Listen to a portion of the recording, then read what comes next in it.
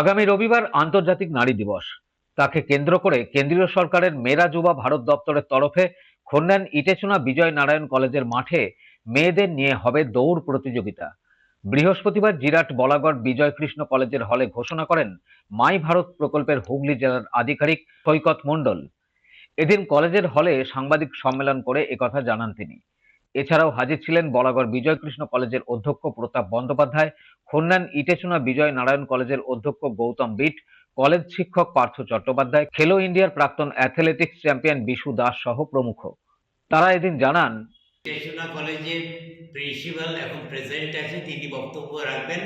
আমি যতটুকু বুঝতে পেরেছি, এটা যে ইন্টারন্যাশনাল ওমেন্স ডে হচ্ছে 8 মার্চ, যে দিনটা হচ্ছে আমাদের মহিলাদের সম্মান জানানোর একটা দিবস, মহিলাদের হচ্ছে শ্রদ্ধা জ্ঞাপনের একটা দিবস। সেই দিবস উপলক্ষে ইন্ডিয়া গভর্নমেন্ট একটা অস্মিতা বলে অনুষ্ঠান করছে। এটা আমাদের যে 8 মার্চ ইন্টারন্যাশনাল যে ওমেন্স ডে, সেইটা যে আমাদের যে গভর্নমেন্ট অফ ইন্ডিয়া, যেটা ministry youth affairs sports organise করছে, যেটা একটা গার্লসদের জন্য এক্সক্লুসিভলি ইভেন্ট, যেটাতে অ্যাথলেটিক্স ইভেন্ট হবে। টোটাল 3 টাইপের হবে, যেটা 100 মিটার, 200 মিটার অ্যান্ড 400 মিটার, আর একটা ফান অ্যাক্টিভিটিস হবে।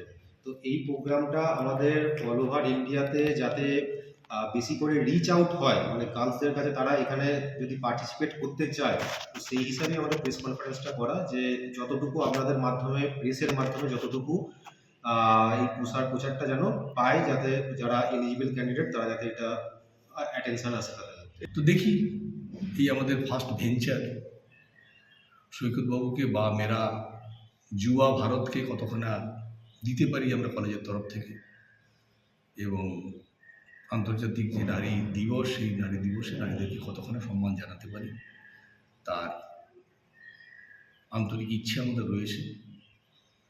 পরবর্তী সময় বলে দেবে আমরা কতখানা করতে পারলাম। তো 3টে ক্যাটাগরিতে আই থিঙ্ক রেসটা আছে, 100, 200 আর 400। সো আমি আজকে পাশের স্কুলে গেছিলাম, আমি দেখলাম মেয়েরা খুব নাম লেখাচ্ছে। সো ওরা মনে হয় খুব এনথুসিয়াস্টিক এটা এই খেলাটা নিয়ে। তাই কি মনে হয় তো ভালোই হবে, আমরা করতে পারবো, যতটুকু করার করতে পারবো। অ্যান্ড 8ই মার্চ সেই কথাটাও আমাদের একটু মনে রাখতে হবে। আমরা চাই একটা, হ্যাঁ, প্রতীকী বটে করে মাথায় রেখে একটা আন্তর্জাতিক নারী দিবসও একই সাথে আয়োজন করার আর কি সেদিন। খন্ন্যান থেকে রাজেশ দেবনাথের রিপোর্ট, খবর নিউজ 6।